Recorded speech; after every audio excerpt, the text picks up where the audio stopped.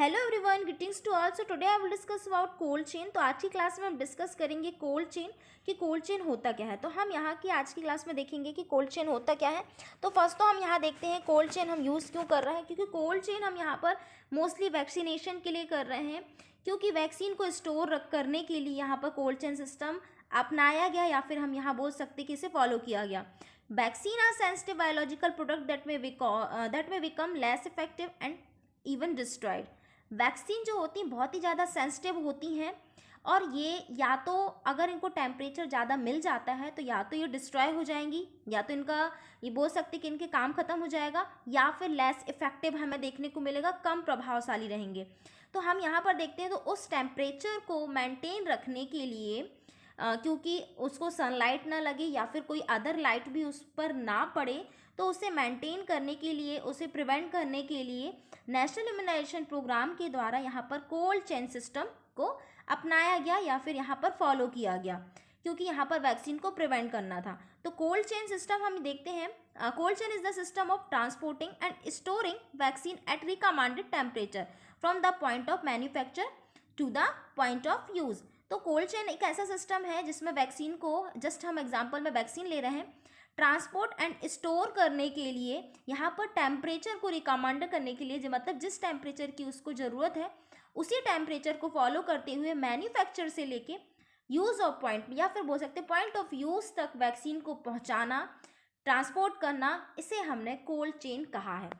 तो हम यहाँ बात करते हैं कि वैक्सीन को ठंडी जगहों पर रखना होता है, क्योंकि इसका टेम्परेचर 2 से 8 डिग्री सेल्सियस में हमें रखना होता है, मतलब ठंडी फ्रीज में ही हम बोल सकते हैं कि फ्रीज में रखना होता है। तो इसे फ्रीज से हमें नहीं निकालना होता है, क्योंकि वैक्सीन को ठंडी टेम्परेचर की आवश्यकता है, मतलब उसको टेम्परेचर लो चाहिए होता है। तो हम यहाँ बात करते हैं कोल्ड चेन सप्लाई। तो कोल्ड चेन सप्लाई की हम बात करते हैं, जैसे कि हम यहाँ पिक्चर में देख पा रहे हैं, मैन्युफैक्चर से नेशनल स्टोरेज फैसिलिटी। नेक्स्ट हम देखते हैं रीजनल हॉस्पिटल में हम ले जाते हैं, या फिर हम हेल्थ सेंटर में, देन हेल्थ सेंटर से हम वैक्सीनेशन आउटरीच, जैसे कि हमें देखने को मिलता है आंगनवाड़ी, बालवाड़ी, पीएससी, सीएससी, मतलब इन जगहों पे हम यहाँ पर वैक्सीनेशन करते हैं।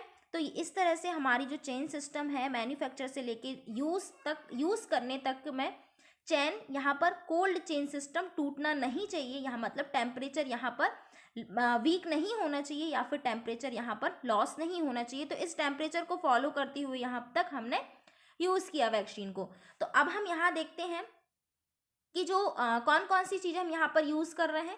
तो हम फर्स्ट देख रहे हैं वॉक इन कूलर। तो वॉक इन कूलर को हम यहाँ पर बल्क स्टोरेज ऑफ वैक्सीन के लिए हम यहाँ पर मोस्टली यूज़ करते हैं, जैसे कि स्टेट और रीजनल लेवल पर यहाँ पर वैक्सीन को स्टोर करके रखा जाता है। जो हाई लेवल की वैक्सीन होती है या फिर जो वैक्सीन होती हैं हाई अमाउंट में हमें देखने को मिलती है, तो स्टोर करने के लिए वॉक इन कूलर का यूज़ किया जाता है। इसका मतलब टेम्परेचर जो मेंटेन करके रखना होता है, 0 से 8 डिग्री सेल्सियस का इसमें टेम्परेचर होना चाहिए। तो इस वॉक इन कूलर में हम वैक्सीन को स्टोर करके रखते हैं। नेक्स्ट हम देखते हैं डीप फ्रीजर। डीप फ्रीजर हम ट्रांसपोर्टेशन के लिए यूज़ करते हैं, जैसे कि इसकी टॉप ओपनिंग होती है जो मेंटेन करके रखती है टेम्परेचर को। इसका जो टेम्परेचर होता है -15 to 25 डिग्री सेल्सियस यहाँ देखने को मिलता है।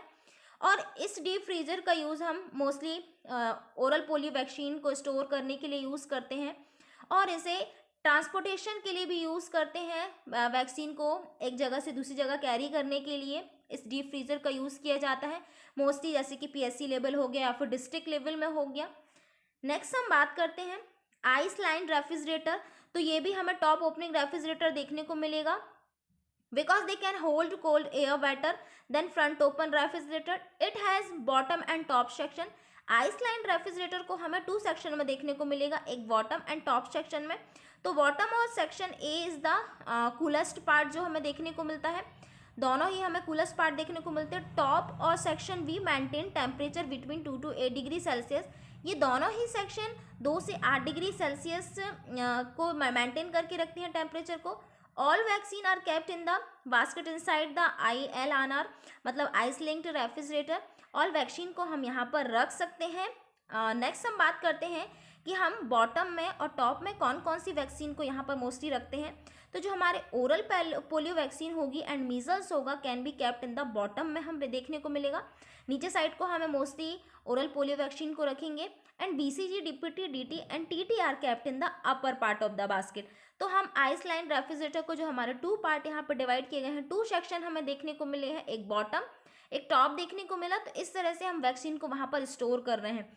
अगर हम बात करते हैं सेक्शन की, जैसे हमें फ्रिज में देखने को मिलता है एक सेक्शन हमें डिवाइड होते हैं, वैसे ही आइसलैंड रेफ्रिजरेटर में सेक्शन डिवाइड होते हैं। तो ये हमें आइसलैंड रेफ्रिजरेटर की पिक्चर देखने को मिलती है। जस्ट देखने में डीप फ्रीजर के जैसे थोड़ा लगता है, लेकिन ये सेक्शन में डिवाइडेड होता है और यहाँ पर एयर कोल्ड एयर यहाँ पर होल्ड रहती है। नेक्स्ट बात करते हैं हम कोल्ड बॉक्स की। तो कोल्ड बॉक्स जो हमारा होता है, ये भी ट्रांसपोर्टेशन वैक्सीन के ट्रांसपोर्टेशन के लिए रहता है एंड स्टोर वैक्सीन के लिए रहता है। लेकिन यहाँ पर कोल्ड बॉक्स में आइस पैक्स की आवश्यकता होती है, इसमें आइस पैक रहते हैं। जैसे कि हम यहाँ देख पा रहे हैं, ये कोल्ड बॉक्स हमें देखने को मिलता है। जस्ट कैरियर वैक्सीन कैरियर के जैसे होता है, बस ये बड़ा होता है। क्यों? क्योंकि इसमें ये कोल्ड बॉक्स है, इसमें वैक्सीन ज़्यादा देखने को मिलती है कंपैरिजन टू वैक्सीन कैरियर के। तो हम कोल्ड बॉक्स की खासियत देखते हैं। Before placing vaccine is the cold box condition ice pack should be place at bottom and side of cold box. तो हमें वैक्सीन को प्लेस करने से पहले उस कोल्ड बॉक्स के अंदर चारों तरफ आइस पैक हमें रखना है, मतलब बॉटम और साइड के अलावा बॉटम में भी हमें रखना है। वैक्सीन जब हमारे आइस पैक रख जाते हैं, देन उसके बाद वैक्सीन को हमें कार्टून या फिर पॉलीथीन बैग में पैक करके देन उसके बाद हमें वहाँ पर कैप्ट करना है या फिर रखना है। तो vial of DPT, DT, TT and hepatitis B should not be place in the direct contact with ice pack. जो हमारे डीपीटी होंगे, डिप्थीरिया टिटनेस होंगे और टीटी होंगे एंड हेपेटाइटिस बी जो हमारी वैक्सीन होती है, डायरेक्ट हमें आइस पैक के कॉन्टैक्ट में नहीं लाना है। Only they should be surrounded by OPV vaccine and measles vaccine. हमें ये 3 वैक्सीन हम यहाँ पर कोल्ड बॉक्स के अंदर रख सकते हैं। और हम यहाँ बात करते हैं जो कोल्ड बॉक्स में आइस पैक जो होते हैं, हम 40 आइस पैक वहाँ पर रख सकते हैं। मतलब इस बॉक्स में हमें 40 आइस पैक यहाँ पर देखने को मिलेंगे। देन उसके अकॉर्डिंग हमें यहाँ पर वैक्सीन के एम्पुल देखने को मिलेंगे कि कितने यहाँ पर वैक्सीन यहाँ पर स्टोर कर सकते हैं। नेक्स्ट हम देखते हैं वैक्सीन कैरियर।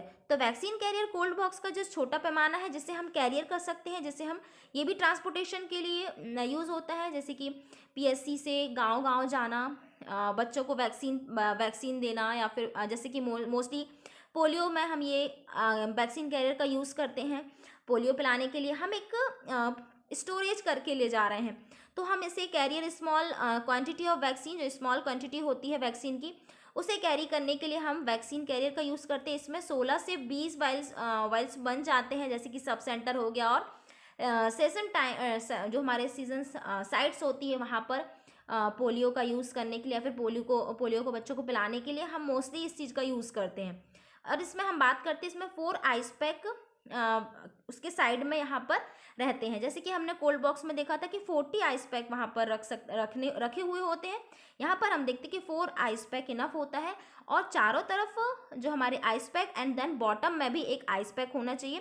देन उसके बाद हमें वहाँ पर वैक्सीन के जो हमारा वैक्सीन होगा या फिर जो भी हमारा एम्पुल होगा, जो भी वायल होगा, वो ही हमें वहाँ पर रखना है। तो ये हमारे हो जाते हैं सारे कोल्ड चेन के जो इम्पॉर्टेंट थे। हमारा फर्स्ट जैसे कि हमने देखा जो हमारा वॉक इन कूलर था, तो वॉक इन कूलर हमने देखा कि ये हमारे स्टोरेज पैमाने को जो मान सकते हैं कि मैन्युफैक्चरिंग एरिया में जो हमें देखने को मिलता है। नेक्स्ट हमने देखा कि जो डीप फ्रीजर होता है, हमें ट्रांसपोर्टेशन के लिए किसी डिस्ट्रिक्ट लेवल पे या फिर स्टेट लेवल पे हमें ले जाना है वैक्सीन को, या फिर पीएससी लेवल पे ले जाना है। आइस लाइन रेफ्रिजरेटर भी हमारा वही होगा, ट्रांसपोर्टेशन के लिए यूज़ होगा। बस इसमें 2 सेक्शन हमें देखने को मिलते हैं। नेक्स्ट हम कोल्ड बॉक्स की बात करते हैं। ऐसे जैसे कि कुछ छोटे पैमाने पे हमें स्टोर करना है, तो इस तरह से हमारी कोल्ड चेन चलते आ रही है कि हमें यहाँ पर स्टॉप नहीं मिला, टेम्परेचर यहाँ पर डिस्टर्ब नहीं हुआ। देन जब हम यूज़ करने जाते हैं तो हम लास्ट हमारा रहता है वैक्सीन कैरियर। वैक्सीन कैरियर को जब हम ले जाते हैं, देन उसके बाद हम एम्पुल का यूज़ करते हैं या फिर वायल का यूज़ करते हैं। इस तरह से हमारी कोल्ड चेन चलती आती है। ये हमारा कोल्ड चेन है, ट्रांसपोर्टेशन एंड स्टोरेज। तो ये इस क्लास में आपको कोल्ड चेन के बारे में कॉन्सेप्ट क्लियर हुए होंगे। So thank you so much for watching my videos.